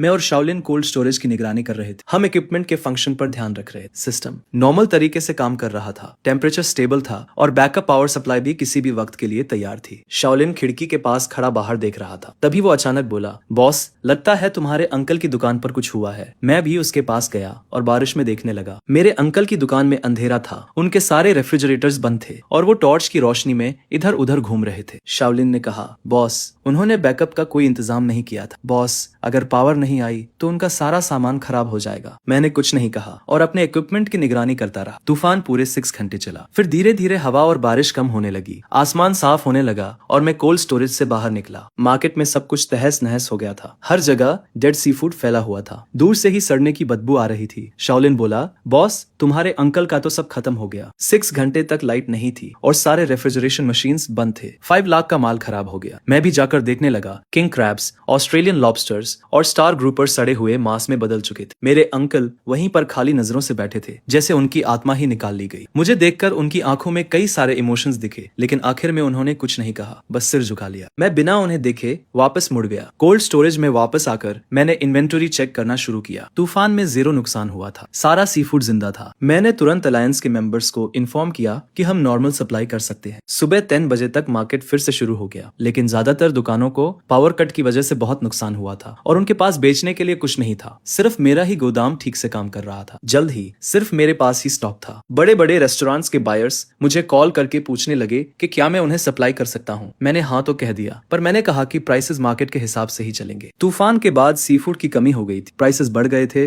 जिस पर मैंने अपने एलाइज को प्रायोरिटी दी और उनके प्राइसेस वही रखे। बाकी कस्टमर्स के लिए मार्केट प्राइस रखा। उस दिन मेरा गोदाम एकदम भर गया था। रेस्टोरेंट्स के ओन रुपीज, रिटेल रुपीज और यहाँ तक कि दूसरे स्टॉल्स के ओनर्स भी मुझसे सामान लेने आए थे। मैंने सबको लाइन में सप्लाई किया, यह इंश्योर करते हुए कि हर कस्टमर को उसका हिस्सा मिले, पर मैंने होर्डिंग या स्पेकुलेशन नहीं की। शाओलिन ने एक्साइटमेंट में कहा, बॉस, आज का टर्नओवर 1 मिलियन से ऊपर चला गया। मैंने कुछ नहीं कहा, क्योंकि ये वो रिजल्ट नहीं था जो मैं चाहता था, पर मार्केट का यही रूल है। जो तैयार रहता है वो बच जाता है और जो नहीं रहता वो एलिमिनेट हो जाता। दोपहर के 3 बजे मेरे अंकल के स्टॉल पर कुछ क्रेडिटर्स आ गए। वहां मरे हुए सी फूड का ढेर देखकर वो गुस्से से लाल हो गए। उनमें से एक ने मेरे अंकल की तरफ उंगली उठाई और तेज आवाज में बोला, ओल्ड ले, तुम हमारा उधार कैसे चुकाओगे? इस कचरे की कीमत ही कितनी होगी? मेरे अंकल अपना सिर झुकाए खड़े थे और बार बार कह रहे थे कि उन्हें थोड़ा और टाइम दे दो, वो पे करने का कोई ना कोई तरीका ढूंढ लेंगे। क्रेडिटर्स ने उनकी बात नहीं सुनी और सीधे कह दिया कि अगर उन्होंने 3 दिनों में पे नहीं किया तो वो उन्हें कोर्ट में सू कर देंगे, वो उनका स्टॉल जब्त कर लेंगे। मेरे अंकल जैसे अपनी सारी ताकत हार चुके थे और दीवार के सहारे खड़े हो गए। उनसे एक शब्द भी नहीं निकला। शाओलिन ने मुझसे कहा, बॉस, आपके अंकल का 5 लाख का सारा सामान तो बर्बाद हो गया और ऊपर से उन पर 1 मिलियन से ज्यादा का डेट भी है। वो कभी रिकवर नहीं कर पाएंगे। मैं गोदाम के दरवाजे पर खड़ा होकर सामने का सीन देख रहा था, पर मुझे अंदर से कुछ महसूस नहीं हो रहा था। उस रात तूफान पूरी तरह से खत्म हो गया और आसमान साफ हो गया। मैं मार्केट के एंट्रेंस पर खड़ा होकर तारों भरे आसमान को देख रहा। इस तूफान ने मार्केट के स्ट्रक्चर को पूरी तरह से बदल दिया। मेरे अंकल के स्टॉल पर मेरे सामने लाइट अभी भी जल रही थी। वो वहां अकेले मरे हुए सी फूड के ढेर के सामने बैठे थे, बिना हिले डुले। उनकी वो रेफ्रिजरेशन मशीन्स पूरी तरह से बेकार हो गई थी। स्क्रीन्स ब्लैक हो गई थी और अब वो ठीक नहीं हो सकती थी। मार्केट में लोग कहने लगे थे कि मेरे अंकल पूरी तरह से बर्बाद हो गए। उन्होंने तूफान से पहले सब कुछ लगा दिया था। मैंने कुछ लोगों से कर्ज लिया था ताकि मैं अपना बिजनेस बढ़ा सकूं, जिस पर मेरा सब कुछ बर्बाद हो गया। अब मैं पहले से भी ज्यादा कर्ज में डूब चुका हूँ। अगले दिन मुझे ओल्ड जन का फोन आता है। वो बताता है कि तूफान के बाद अब शिप्स फिर से चलनी शुरू हो गई है और 3 दिन में नया माल पोर्ट पर आ जाएगा। वो मुझसे पूछता है कि मुझे कितना माल चाहिए। मैं उसे पहले से दुगना माल लाने के लिए कहता हूँ, क्योंकि मार्केट में माल की कमी है और डिमांड बहुत ज्यादा है। फोन रखने के बाद मैं कोल्ड स्टोरेज के एंट्रेंस पर खड़ा हो जाता हूँ। पूरे मार्केट को देखने पर मुझे पता चलता है कि तूफान के बाद बहुत से लोग अपना नुकसान साफ कर रहे हैं। कुछ लोगों ने तो अपनी दुकानें तक बंद कर दी है, लेकिन मेरे कोल्ड स्टोरेज का बिजनेस पहले से भी ज्यादा अच्छा चल रहा है। उस दिन दोपहर में मैं कोल्ड स्टोरेज में नए माल का इन्वेंटरी कर रहा था। तभी शाओलिन मेरे पास आता है और कहता है, बॉस, आपके अंकल गेट पर खड़े हैं और वो आपसे मिलना चाहते हैं। मैं ऊपर देखता हूँ और शीशे से मेरे अंकल बाहर खड़े हुए दिखाई देते हैं। उनके बाल बिखरे हुए हैं और उनका चेहरा उतरा हुआ है। वो बहुत परेशान दिख रहे हैं। मुझे देखकर उनके होंठ कांपने लगते हैं और बहुत देर बाद वो सिर्फ 2 शब्द बोल पाते हैं, माफ करना। मैं सिगरेट जलाता हूँ और बिना कुछ कहे उनके बोलने का इंतजार करता हूँ। मेरे अंकल कुछ देर तक चुप रहते हैं और फिर कहते हैं, मुझे तुमसे एक फेवर चाहिए, क्या तुम मुझे कुछ पैसे उधार दे सकते हो? मैं उन्हें बिना जवाब दिए देखता रहता हूँ। मेरे अंकल फिर कहते हैं, तूफान की रात मेरा सारा माल बर्बाद हो गया और और अब लेनदार हर रोज आ रहे हैं। वो कह रहे हैं कि वो मुझे कोर्ट में ले जाएंगे। मैं पूरी तरह से फंस चुका हूँ। क्या तुम अपने अंकल की मदद नहीं करोगे? हम फैमिली जो है। मैं सिगरेट से राख झटकता हूँ और कामली कहता हूँ, अंकल आपको कितने पैसे चुकाने हैं? मेरे अंकल नजरें झुकाकर कहते हैं, इंटरेस्ट मिलाकर 1.6 मिलियन। मैं कहता हूँ 1.6 मिलियन कोई छोटी रकम नहीं। मेरे अंकल अपनी आंखें थोड़ी लाल करके ऊपर देखते हैं और कहते हैं, मुझे पता है कि मैंने तुम्हारे साथ पहले बुरा किया था। 1,20,000 वाली बात मेरी गलती थी। अब तुम्हारा बिजनेस इतना बड़ा हो गया है कि 1.6 मिलियन तुम्हारे लिए कुछ भी नहीं। बस मुझे उधार दे दो और मैं तुम्हें गारंटी देता हूँ कि मैं तुम्हें वापस कर दूंगा। मैं उन्हें देखता हूँ और कहता हूँ,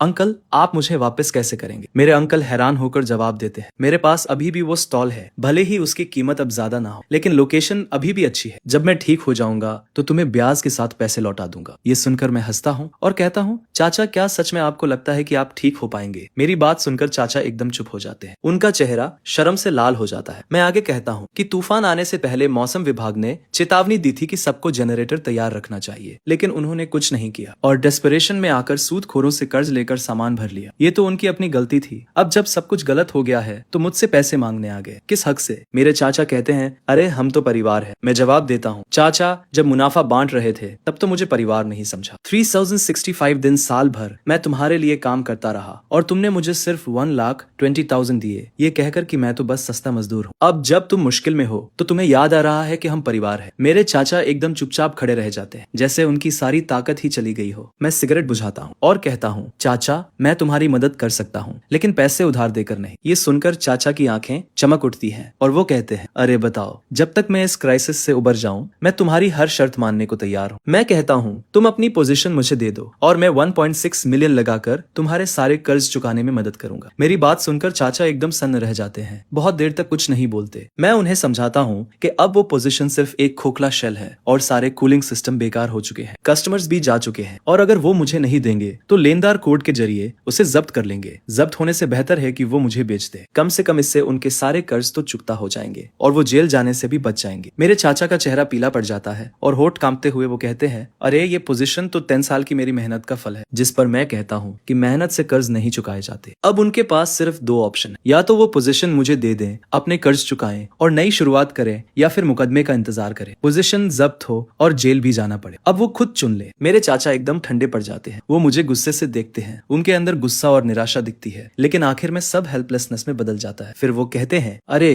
क्या तुम थोड़ा प्राइस बढ़ा सकते हो? जिस पर मैं सिर हिलाकर मना कर देता हूँ और कहता हूँ कि 1.6 मिलियन ही मार्केट प्राइस है। आजकल जो हालत है उसमें इतने में बिकना भी बहुत बड़ी बात है। मेरे चाचा थोड़ी देर चुप रहे और फिर सिर झुकाकर बोले, मैं सोचूंगा। जिस पर मैंने कहा, चाचा लेनदारों ने तुम्हें 3 दिन का टाइम दिया है, आज दूसरा दिन है, तुम्हारे पास सोचने के लिए ज्यादा टाइम नहीं है। मेरे चाचा ने कुछ नहीं कहा, वो मुड़े और चले गए। उनकी कमर झुकी हुई थी और वो बहुत धीरे चल रहे थे, जैसे अचानक 10 साल बूढ़े हो गए हों। उसी रात मुझे खबर मिली कि लेनदार मेरे चाचा की दुकान पर फिर से आ गए। इस बार वो कुछ और लोगों को साथ लाए थे और सीधे दुकान से सारा सामान निकालने लगे, ये कहते हुए कि अगर कल तक पैसे नहीं दिए तो वो उन्हें कोर्ट में रिपोर्ट कर देंगे। मेरे चाचा दरवाजे पर खड़े थे, उन लोगों को अपना सामान ले जाते हुए देख रहे थे और उनके मुंह से एक शब्द भी नहीं निकल रहा था। अगली सुबह मेरे चाचा फिर आए। इस बार उनके हाथ में एक डॉक्यूमेंट था, दुकान की प्रॉपर्टी का सर्टिफिकेट। वो मेरे सामने चुपचाप खड़े रहे। फिर आखिरकार उन्होंने मुझे वो डॉक्यूमेंट दिया और कहा, ठीक है, मैं मान गया। मैंने डॉक्यूमेंट लिया, उसे देखा और कहा, चाचा हम आज दोपहर नोटरी ऑफिस जाएंगे और फॉर्मेलिटीज पूरी करेंगे। मेरे चाचा ने हामी भरी और मुड़कर जाने लगे। दरवाजे पर पहुंचकर वो अचानक रुक गए। उन्होंने पीछे मुड़कर देखा और कहा, तुम जीत गए। मैंने कुछ नहीं कहा, मैं बस उन्हें जाते हुए देखता रहा। उसी दोपहर मैंने फॉर्मेलिटीज पूरी की और तुरंत रेनोवेशन शुरू कर दी। पुरानी दुकान को तोड़कर कोल्ड स्टोरेज को बड़ा करने लगा। मैं वेयरहाउस के एंट्रेंस के सामने खड़ा था, उस दुकान को देख रहा था जो जल्द ही मेरी होने वाली थी। वो साइन बोर्ड जो 10 सालों से वहां लगा हुआ था अभी भी लटका हुआ था, लेकिन जल्द ही उसे एजी फूड से बदल दिया जाएगा। ट्रांसफर एग्रीमेंट पर साइन करने के बाद मैंने दुकान की रेनोवेशन शुरू कर दी और एक प्रोफेशनल टीम को हायर किया। मैंने अपने चाचा की पुरानी दुकान को अपने कोल्ड स्टोरेज से मिला दिया, पार्टीशन वॉल को गिरा दिया और स्पेस तुरंत डबल हो गया। मैंने 6 नई इंपोर्टेड रेफ्रिजरेशन मशीन्स का ऑर्डर दिया जो सबसे एडवांस टेम्परेचर कंट्रोल सिस्टम्स और बैकअप पावर सप्लाई से इक्विप थी। मैंने डिलीवरी व्हीकल्स की संख्या बढ़ाकर 5 कर दी, जिससे मैं ज्यादा कस्टमर्स को सर्विस दे सकूं। रेनोवेशन के दौरान मार्केट में तरह तरह की बातें हो रही थी। कुछ लोग कह रहे थे कि मैं बहुत निर्दयी हूँ जो अपने चाचा को भी नहीं छोड़ता। कुछ लोग कह रहे थे कि अगर मेरे अंकल ने उस वक्त बेहतर बर्ताव किया होता तो उनका ऐसा हाल नहीं होता। मैंने उन बातों पर ध्यान नहीं दी और बस अपने काम पर फोकस किया। एक हफ्ते बाद मेरी नई दुकान बनकर तैयार हो गई। एक बहुत बड़ी जगह थी, लगभग 1000 स्क्वायर मीटर्स की। 6 नई रेफ्रिजरेशन मशीन्स एकदम परफेक्ट लाइन में लगी हुई थी। डिलीवरी ट्रक्स दरवाजे पर पार्क किए हुए थे और सी फूड डिस्ट्रीब्यूटर का साइन सूरज की रोशनी में चमक रहा था। मैंने कोई सेरेमनी नहीं की, बस अलायंस मेंबर्स और कुछ इंपॉर्टेंट कस्टमर्स को बता दिया, लेकिन खबर फिर भी फैल गई। लगभग पूरा मार्केट ही देखने आ गया। बॉस जान कई रेस्टोरेंट ओनर्स के साथ मुझे बधाई देने आए। उन्होंने बिजनेस का साइज देखा और अपनी थंब ऊपर करके कहा, वाह, कुछ ही महीनों में तुमने मार्केट को इस तरह से इंटीग्रेट कर लिया। यह तो कमाल है। अलायंस मेंबर्स भी आए। 13 रिटेलर्स नई दुकान के सामने चेहरे पर स्माइल लिए खड़े थे। उन्होंने कहा कि तुम्हारे साथ काम करके इन 2 महीनों में हमने पिछले पूरे साल से ज्यादा कमाया है। मैंने कहा,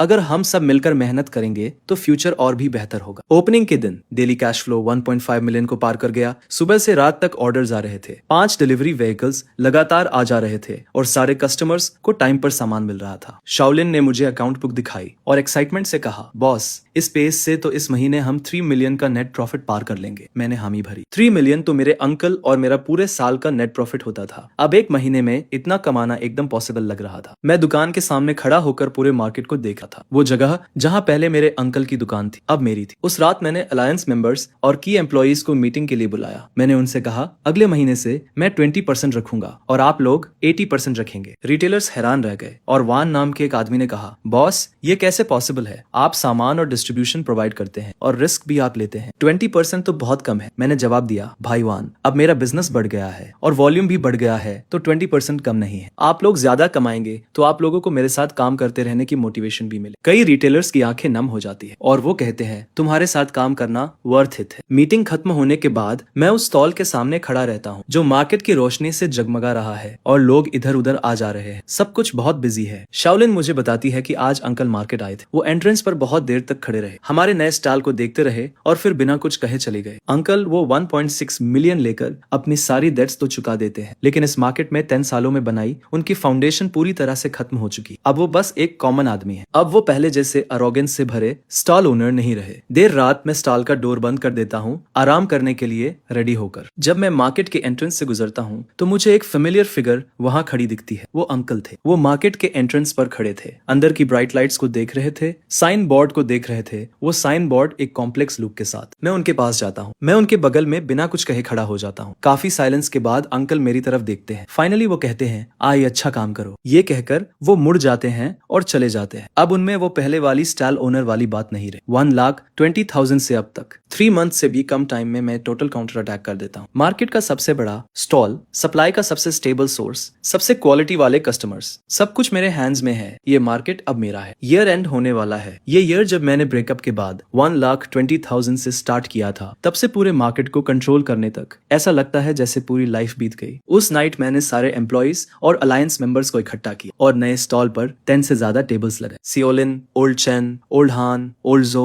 और 13 रिटाइल रुपीज, वो सभी जिन्होंने फॉलो किया, वो पूरी टीम जो मेरे साथ फाइट करती है, सब यहाँ है। मैं उठता हूँ, अपना कप उठाता हूँ और कहता हूँ, इस ईयर सपोर्ट करने के लिए आप सभी का थैंक्स। आज ईयर एंड के प्रॉफिट्स को बांटने का डे है और मैं अपना प्रॉमिस पूरा करता हूँ। शाओलिन को सबसे पहले उसका शेयर मिलता है। मैं उसे 2 लाख का रेड एनवेलप देता हूँ। उसकी स्टार्टिंग सैलरी 12,000 पर मंथ थी और मैंने उसे ईयर एंड बोनस का प्रॉमिस किया था और वो अच्छा काम करती है। वो 2 लाख वो डिजर्व करती है। 13 रिटेलर्स को भी उनका शेयर मिलता है। अग्रीमेंट के अनुसार प्रॉफिट शेयरिंग 80 से 20 थी। उन्हें बिगेस्ट पार्ट मिलता है। हर किसी को सैकड़ों हजारों मिले, कुछ को तो मिलियन से भी ज्यादा। शाओलिन और बाकी रिटेलर्स इतने खुश थे कि उनसे बोला भी नहीं जा रहा। दूसरों के लिए काम करते हुए वो लोग पूरा साल जी तोड़ मेहनत करते थे और मुश्किल से 1 लाख कमा पाते थे। आय के साथ कुछ महीने काम करने के बाद उन्होंने पिछले कई सालों से ज्यादा कमा लिया। मैंने कहा, अगर सब लोग मुझे फॉलो करते हैं तो मैं किसी को निराश नहीं करूँ। चलो अगले साल और मेहनत करते हैं, ये और भी बेहतर होगा। पुराने चेन और बाकी शिप कैप्टन्स भी आए और मैंने हर एक को खूब सारे गिफ्ट्स दिए। इस साल सपोर्ट करने के लिए उनका शुक्रिया अदा किया। पुराने चेन ने मेरी पीठ थपथपाई और कहा, आए, तुम एक लॉयल और बहादुर लड़के हो। हमने तुम पर ट्रस्ट करके कोई गलती नहीं की। काफी ड्रिंक्स के बाद माहौल और भी गर्म हो गया। कुछ रिटेलर्स इन महीनों में जो हुआ उसे याद करने लगे। वो बता रहे थे कि कैसे शुरुआत में मार्केट में किसी को मुझ पर भरोसा नहीं था। वो सोचते थे कि मैं इतना जवान होकर अपने अंकल को कैसे हरा पाऊंगा, लेकिन किसने सोचा था